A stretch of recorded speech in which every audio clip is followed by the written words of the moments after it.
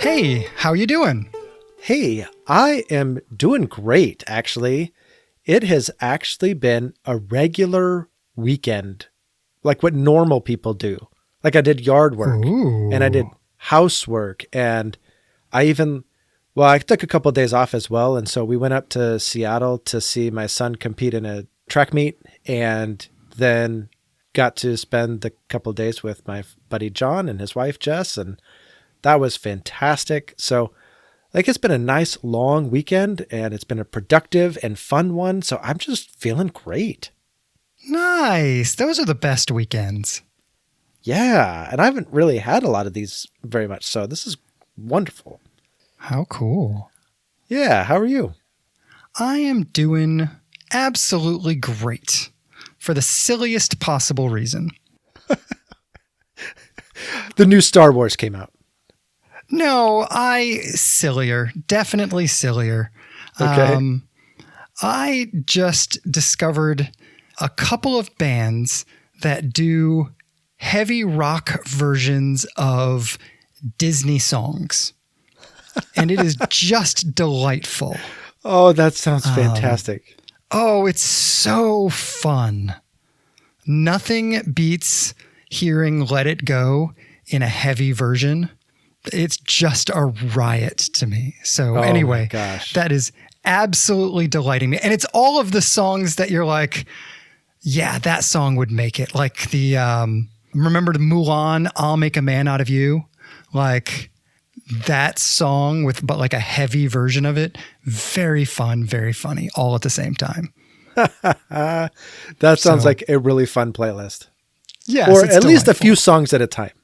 Yes, that's it exactly. I don't know that I want to spend 2 hours listening to that, but a couple of songs like that are just fun. Oh my gosh, that is great. Well, hey, I have to welcome you to this, our 100th episode. Yes, I can't believe it. I thought about singing happy birthday to us, but that didn't quite work, so I didn't. But it feels a little bit like that. I know. It is wild to me that this is 100 episodes in, and I feel like we just got started. I really don't feel like we've done this 100 times. Yeah, we stink at it, don't we? I know. Our audience is like, yeah, no, you don't sound like you started 100 episodes ago. But I prepped you in advance and said, hey, on this show, we really care about spiritual formation through the lens of friendship. And that is why we set out to do this show. And that's what we've been doing, we hope. And so I want to know, and I want to just explore together, how have we been formed as a result of actually doing this show together? Yeah, I think that's a fun way to look back. And I'll be honest. So I have a list of answers to this, and I think you do as well. But one of my answers actually is about what didn't make it into the show the way that we expected it to. When we first started, we talked about doing several different topics kind of consistently. Family, kind of things that would fall into the general category of thinking Christianly, a couple different things. And the longer we have done this, the more we have focused in on sort of this area that I'm calling thinking Christianly, almost exclusively. And I think that speaks to either us realizing a priority that we have or realizing what we like talking about. Yeah. But what we want to talk about is what it means to think Christianly. Yeah. And I find that fascinating. Yeah, I think that sums it up well. But it's funny that even when you talk about something else like family, or I think we did an episode a while back on coming to terms with midlife, or, talking about leadership anxiety, or all, various topics that we've done, it's always like, how do I engage my family or engage leadership or whatever in a way that honors Christ, or in a way that we can grow and mature through this, like, it's always got that flavor to it. Yeah, 100%. Even I was listening back to a little bit of the episode we did on the West Wing. And even though I don't know that we said it explicitly, but even the way that we think about consuming media and the way we want to talk about that has to do with thinking Christianly. Sure. So much so that it carries into other areas of my life, right? Like I had a conversation with my daughter this week. It's our third significant conversation about Taylor Swift. And my stance, as it has been in the past, is I'm not going to tell you what to listen to, and I'm not going to tell you what not to listen to, but I am very interested in having a conversation in which you talk through how you think you should make that decision. And that I'll talk to you about. Yeah. And it's fascinating because I think when I hear the phrase thinking Christianly, it almost conjures up for me some of the things that we don't want to support.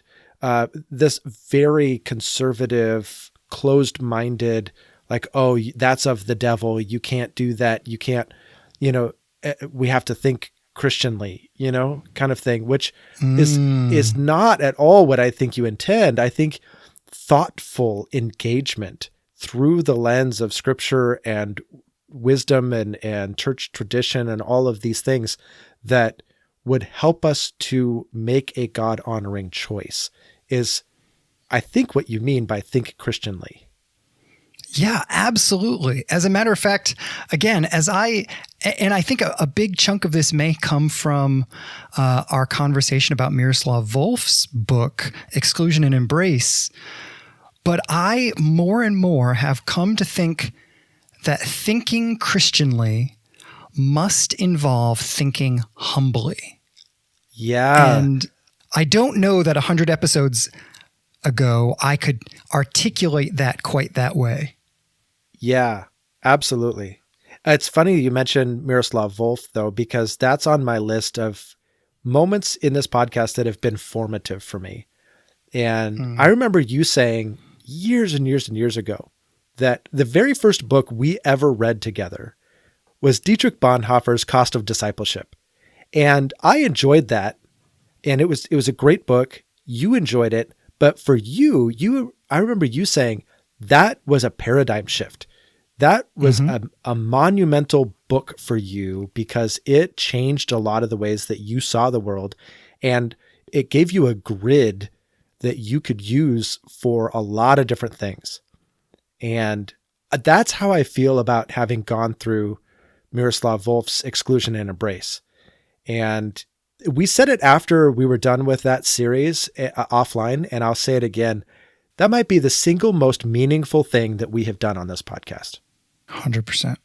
And I mean that personally, as well as what I think the audience stands to get from it. But for me personally, that book gave me the paradigm shift of we follow a crucified Messiah, and everything that we do needs to be done through that lens.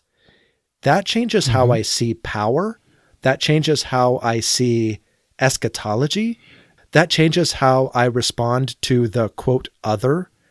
Everything flows from the idea that we follow a crucified Messiah. And that book just gave me that paradigm shift, and it was so powerful. Yeah. For me, the paradigm that it offered that has been really transformational for me, and I refer back to it in a variety of different contexts, even when I'm talking with associate pastors about understanding their lead pastor, is this idea that he had of double vision. How do you see yourself and how do you see me? I think that's my favorite thing. And the things that are genuinely formative for me, I think, are simple, memorable ways to hold on to profound ideas. And he captures empathy in a conversation in 2 simple questions and then gives you this metaphor of double vision in order to hold on to it. It's phenomenal teaching. It's phenomenal like pedagogy. Yeah. Because it's so memorable. And I think about it all the time. Like I pause regularly to ask, how are you seeing yourself right now when I'm talking to somebody? I pause regularly to think, okay, how are you going to be seeing me when I speak? That idea is absolutely transformative. You know, it strikes me that consistent fans of the show who listen pretty much every week are not going to be surprised by anything we say here. That what has been formative for us is honestly what comes out of our mouth more often than not. And I think you've referenced this double vision quite a bit because it's been so formative for you. And I will say that same phenomenon illustrates one of the things that's been so formative for me on this podcast or by doing this podcast. And that is this concept of being overdoing.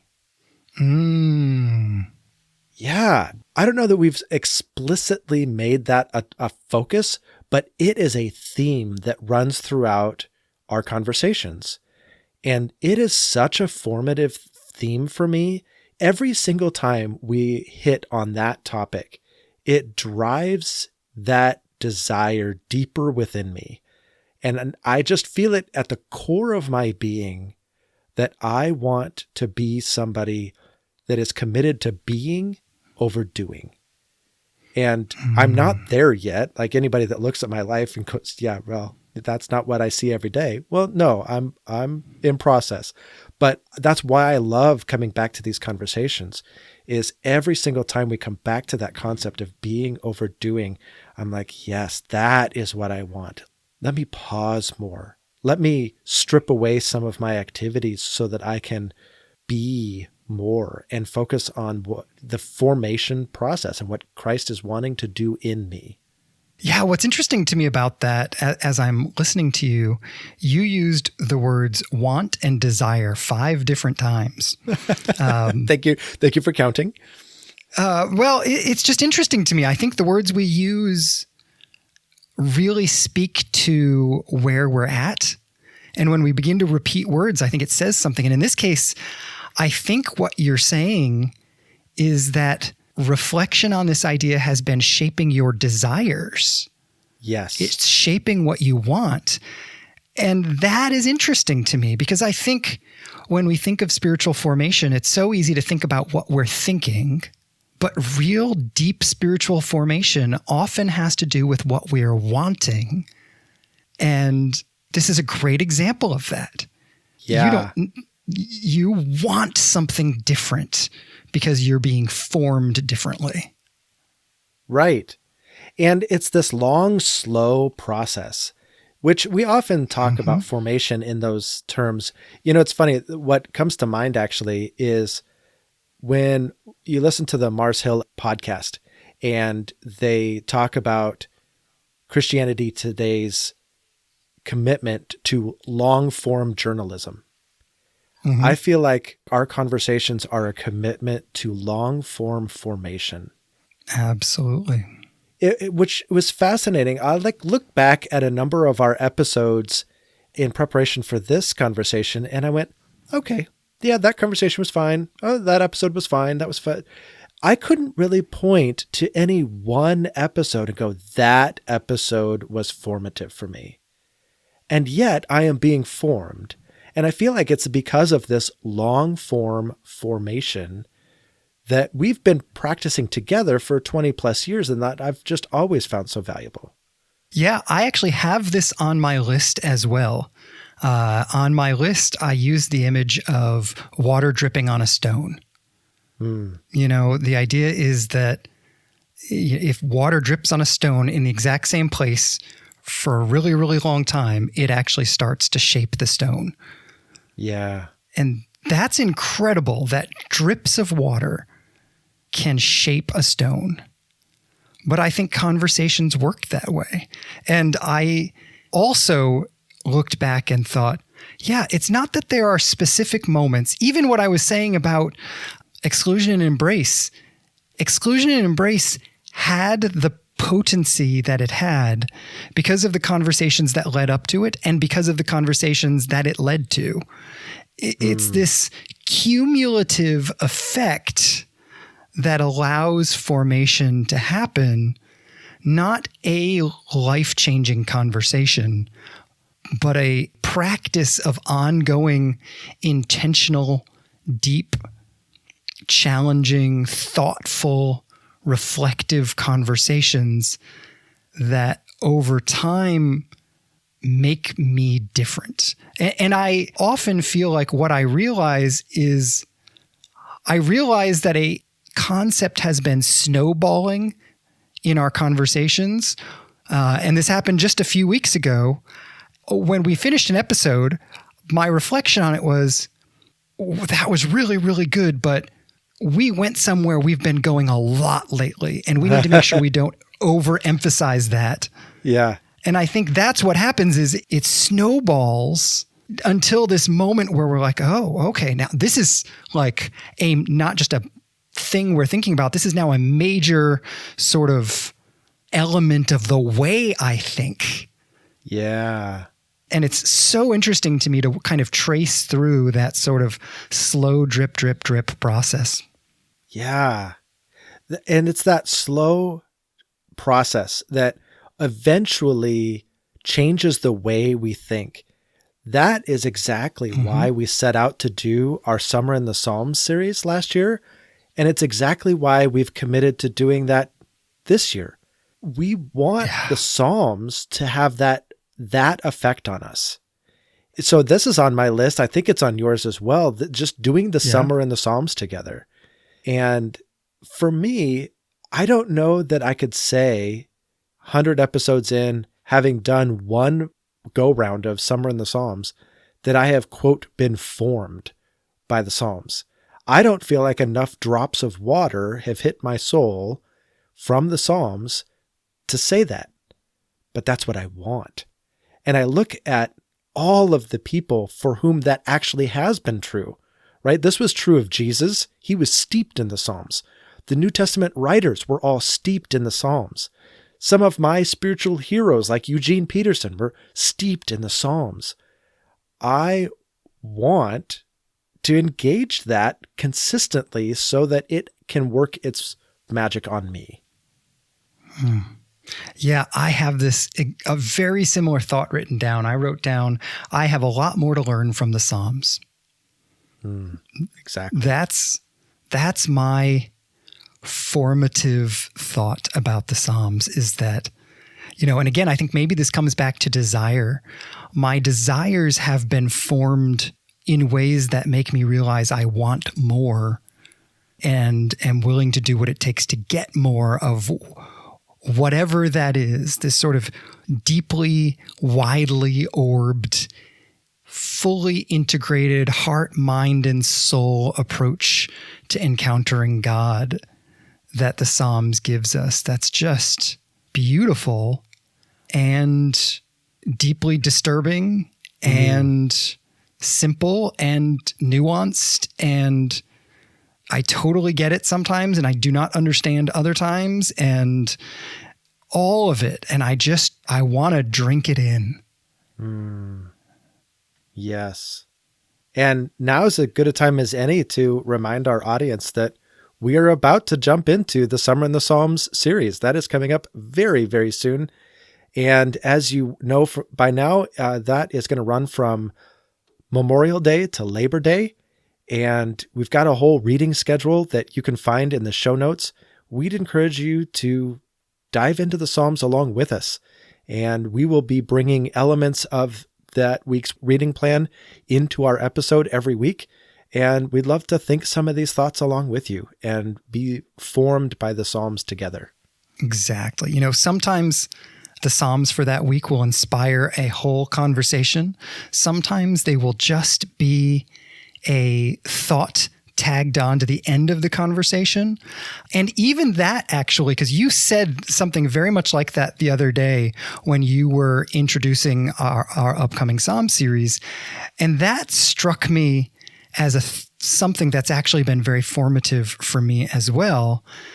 Every week we have a major topic and we have kind of secondary thoughts. Mm-hmm.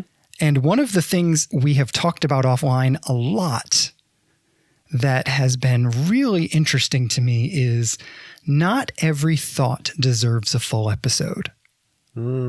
Yeah. Frequently when we're talking about possible topics, we will say that phrase, I'm not sure if this deserves a full episode. I'm not. And the simple fact that we have come to a point where we have decided there are some great and really deeply meaningful and worthwhile things to talk about for 45 minutes. And there are other things that do not need to be kicked around for 45 minutes. It's just not necessary. It's not helpful. Sometimes it's not consistent with who we want to be or who we want to become. Sometimes we already know where we're at. We've already become who we need to become on that topic. And so there's not a lot to talk about. Oh, yeah. But, there's just a host of reasons, but it's okay to say, I don't think that needs that much conversation. Yeah, I'd never thought of that being a formative piece of this, but that is super fun to think about. What about for you? What else is on your list?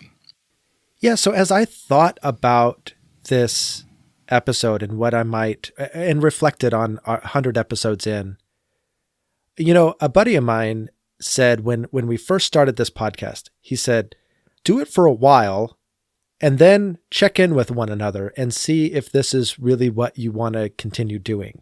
Is this in the way of your friendship, or is this somehow adding to your friendship or whatever?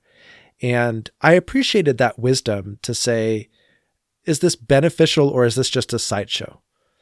And I'm really happy to say, and we've said offline, this has been a benefit to our friendship and a benefit to our spiritual lives. And I think the way that it has been a benefit to my own spiritual life, there's a level of accountability in what we're doing. There's an audience that is listening. When it was just you and me talking on the phone, we could just say or do or think whatever we wanted. Now, I feel like there is an accountability to the audience that is built into these conversations that makes me say, okay, I don't want to just talk about spiritual formation. I need to intentionally practice spiritual formation so that I actually have something worth saying. And I appreciate that level of accountability. I think I have been more faithful to engaging spiritual practices as a result of doing this show. I think that's a great point. Particularly some of our episodes that have been digging specifically into chapters of the Bible often get me excited about digging into Scripture in a different way, spending weeks reading the same one chapter over and over and over again, or spending months reading books about a particular book of the Bible, like our upcoming Revelation series that we're doing this fall. I think what it has done for me, particularly in the area of Bible, and this is incredibly helpful to me, it has helped me focus. My brain can just go all over the place. And having the accountability of deadlines, I know we're talking about this at this time, has helped me really focus in on specific things I want to think about or grow in. And I know I got to be ready for a conversation because it's coming. And so I better listen to what I need to listen to and read what I need to read and all those kinds of things. And I have been just deeply appreciative of the way that it has helped me stay focused a little bit. Not excessively focused, not rigidly focused, but I feel like it just gently keeps me on a track. Yes. I even felt that way last year with our Summer in the Psalms. Like, it is really easy to get off track with a reading plan. And Mm-hmm. the constant recording schedule required, dude, you at least got to catch up by recording day because we're going to talk about these Psalms. That Yep. was so helpful. Yeah, absolutely. Absolutely. It forced the Psalms to be more rhythmic in my life, which I absolutely loved. Yes. And you mentioned this upcoming study that we're doing in Revelation, and that is currently forming me because though we're not releasing these episodes until the fall, we are reading one book after another and recording episodes as we go. And so we're in the process of being formed by the book of Revelation. And I will say that the same concept of the crucified Messiah that we got from Miroslav Volf's book and the centrality of the crucified Lamb in Revelation have been this powerful pairing for me. I see the centrality of the crucified Christ in my faith and honestly in my worship. And that is amazing. I never had that imagery. I never had that as a central motif, if you will, of how I conceive of God. And now I do. And I'm so appreciative both to Wolf and the book of Revelation. I can't believe I'm appreciative of anything about the book of Revelation, but I am.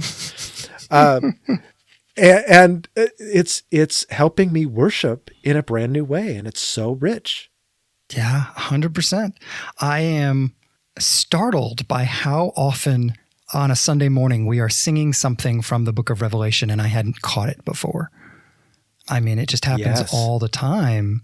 Right? Because the book of Revelation has been deeply influential in our church worship, as well it should. And I am deeply transported to the throne room of God in a way that helps me then be mindful of the throne room of God throughout the rest of my life. But yes, it's been very interesting and really exciting to dig into that. I've really enjoyed that. Yeah, no doubt. What else is on your list? One thing that has been really interesting to me, we talk a lot about what makes a good conversation. And I think I have come to believe, in part because of our conversations, that a good conversation has to do with asking good questions that lead to aha moments. Yeah. And we really try to cultivate conversations between the two of us that use good questions to come to those aha moments. And that has been really formative for me. That helps me think about what is a good conversation? How do I define good in this situation? Yes, that makes a lot of sense. And to me, this is something that I think even beyond the podcast, just in our conversations over the years of our friendship, I have learned how to have these conversations. And I guess what I mean by that is to engage thoughtfully, to disagree with love and appreciation and respect and honor, and to wrestle together into a really good, healthy answer. That give and take process is something that I am deeply grateful to have received through our friendship, because I think I've mentioned on the podcast before that our pastor does something unconventional. He has a team of people that do what he calls sermon prep. And it's like all of the pastors plus a few people from the congregation, they sit down together, and for an hour and a half on Tuesday mornings, we dissect the passage and how would you apply this and how would you communicate it? And is there a way you could illustrate this? And all of these great questions. But even beyond the questions, it's the good dialogue. And it was amazing to me when I showed up for the first day of sermon prep team, how familiar it felt. This is exactly what we have been doing forever. And I was grateful for the skill set that these conversations have built in me, that I could walk into that conversation and go, oh, I know how this works.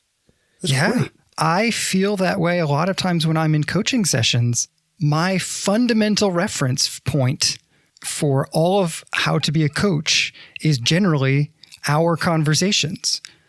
Many of the ones we've had online, many of the ones we've had offline that are hey, I'm in this weird situation.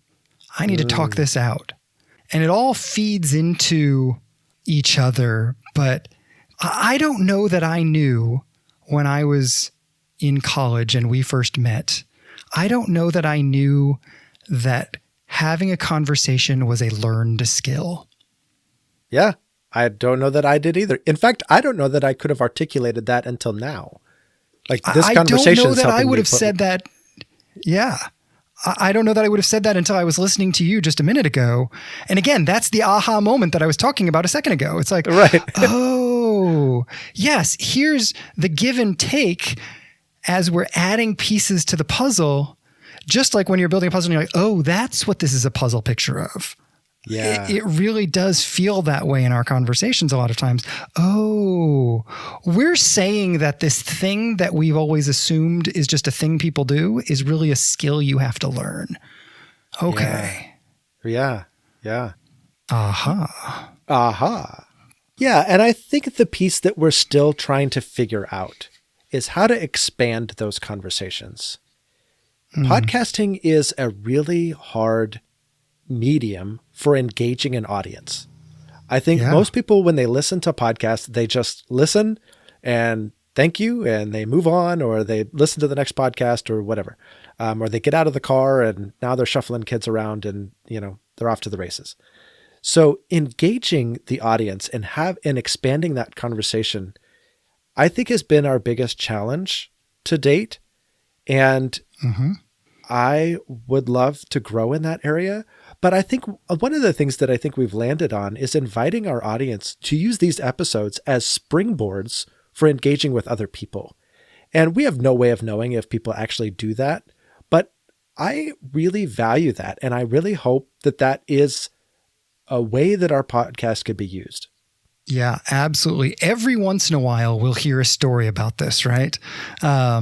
Yeah. And they are my favorite moments when we send back and forth something that hey, I listened to your podcast and I shared it with so-and-so, or it made me think about this, or those are just so exciting because that's the whole point is let's create something that creates conversation. Yes, creates conversation, but also that I hope is just as formative for our audience as it is for us. Right? And I think just like neither of us are like formed by any one conversation, I hope that there are people out there that choose to listen and engage regularly and are being formed by some of the same thoughts that are forming us. That's why we continue to press record on these conversations. Yeah, exactly. I am super grateful for the people. There are a bunch of people who listen to virtually every episode. And that's exactly how I feel is I hope that this is forming you in some sense as it forms us, because we believe that the whole point of life is to choose how we want to be formed. Yeah. And then choose the tools that help us get there. Yeah. And the conversation partners that help us get there. I feel like that is is so important. It has been for us. Yes, exactly. Exactly. Well, I want to officially turn to the audience and say, thank you for engaging with us for 100 episodes. We love doing this podcast. We have grown through it. We hope to continue growing through it. And we hope that in some small way you have grown as a result of listening. So thank you for being with us for 100 episodes, and we look forward to continuing it on. Yeah, exactly. Can't wait to do our 1000th episode. It's going to be great. Oh my gosh, that'll be great. I think our voices will be a little more gravelly by that point. I'll be talking like this. It's so good to be here on our 1000th episode. I would love to compare the audio of that to the actual 1000th episode. doubt that I don't think that's really what I'm going to sound like. I just don't think so. Nope, but it'll be a funny clip. Yeah. But what else have you been thinking about? We've been looking backwards a lot, but I'm curious to kind of drag us into the present for a little bit. What have you been thinking about this week? Yeah. I am thinking about being overdoing. I know it's one of the formative things that we talked about a minute ago, but it is so true. I have desired to be more than do. And one of the things that has kept me from doing that well is the fact that I work full-time and I go to school full-time and have a family. And that doesn't allow a lot of time to just be. And for that and a host of other reasons, we are choosing as a family for me to press pause on going to school. And it is a little bit of an open question as to whether or not I will continue to pursue a counseling degree in the future. But as of right now, we're going to press pause. And that is really exciting to me. And I think we've had a lot of conversations offline about this. And there's 1,000 things I'd love to jump into and rebook my schedule. But that's really not where I want to be. I want to have more time to be instead of do. And I want to re-engage some areas of my life that have been lacking. And maybe even spend some time discovering what all those are. So that's awesome. Yeah, I'm thinking a lot about being overdoing. And I have suddenly a lot more time to do that than I expected to have. And it's a little jarring. And I would like to settle in on what it means to grow in being. And I don't have all the answers to that, but that's what I'm thinking about. That's awesome. My favorite thing about this, well, not my favorite thing, but one of the things I love is that what you want to be doing with your life is helping people in general, and particularly people in ministry, make healthy choices, really formative, healthy choices. And what a great foundation to lay for that kind of ministry, to make a choice like that yourself. That's really cool. Yeah, I hope so. Like I said about the podcast, I really need to spend a lot of time in that formation process so I actually have something to say or something to contribute. Yeah, absolutely. So what about you? What are you thinking about? This week has been what my denomination calls our district council. It's sort of our annual gathering for all the people who are pastors and people in ministry and all those kinds of things. And it's part leadership conference and part electing officers to be leading the denomination or the district and all those kinds of things. But in the middle of it, our network or district superintendent paused our leadership conference just to emphasize what he thought was a really important point. And I wrote it down and I actually texted it to you yesterday, and I just can't get it out of my head. He said, God may call you and your family to sacrifice for the ministry, but he will never call you to sacrifice your family for the ministry. And that idea that people in ministry are not called to sacrifice their families to be people in ministry is incredibly important. And I love being part of a movement in which that was the one thing the district superintendent thought was important enough that he was going to pause and say again, and then pray for an entire room full of ministers that they would fully grasp the importance of that thought. That's leadership I want to follow. Yeah, absolutely. The work-life balance in ministry is hard to maintain in a healthy way, and you almost need permission from the top to maintain a healthy work-life balance. I don't think there was a better voice to be able to say that than him. No, positionally. Absolutely. Absolutely. I think you need to give permission And he did in that moment. And it was great. It was a really powerful spiritual moment. Yeah. So good. So, well, as always, we're going to end on a lighter note. Are you ready for this week's Which Josh question? I am so ready. It's a great one, and I'm super excited about it. Yeah, this week's Which Josh question is, which Josh still owes an apology to Dr. Desi? And that is me. Have I ever told you this story? Are you familiar at all with what I'm talking about? I don't even know who Dr. Desi is. I don't either, actually. But if she ever stumbles onto this podcast, this is my apology to you, Dr. Desi.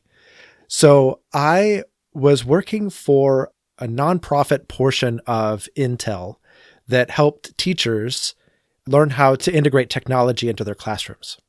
And I was doing customer service for one of their programs. And so Dr. Desi is at some university somewhere teaching pre-service students. In other words, these are students that are getting an education degree and they're going to be teachers someday. And she was using our curriculum in her classroom. And so what we had to do at the end of every semester was call down this list and ask all of these professors who used our curriculum, how many students did you use this curriculum with, so that we could keep an accurate tab. And I turned to my coworkers as I was about to call Dr. Desi and said, guys, I don't know how to pronounce this name. Her full name, I still don't know how to pronounce it. But the best we could come up with together as a team was Desiderioscacholi. And so we all agreed that's how you pronounce it. And okay, here we go. I'm going to call her. And I get her voicemail, and her voicemail says, "Hi, you've reached Dr. Desi."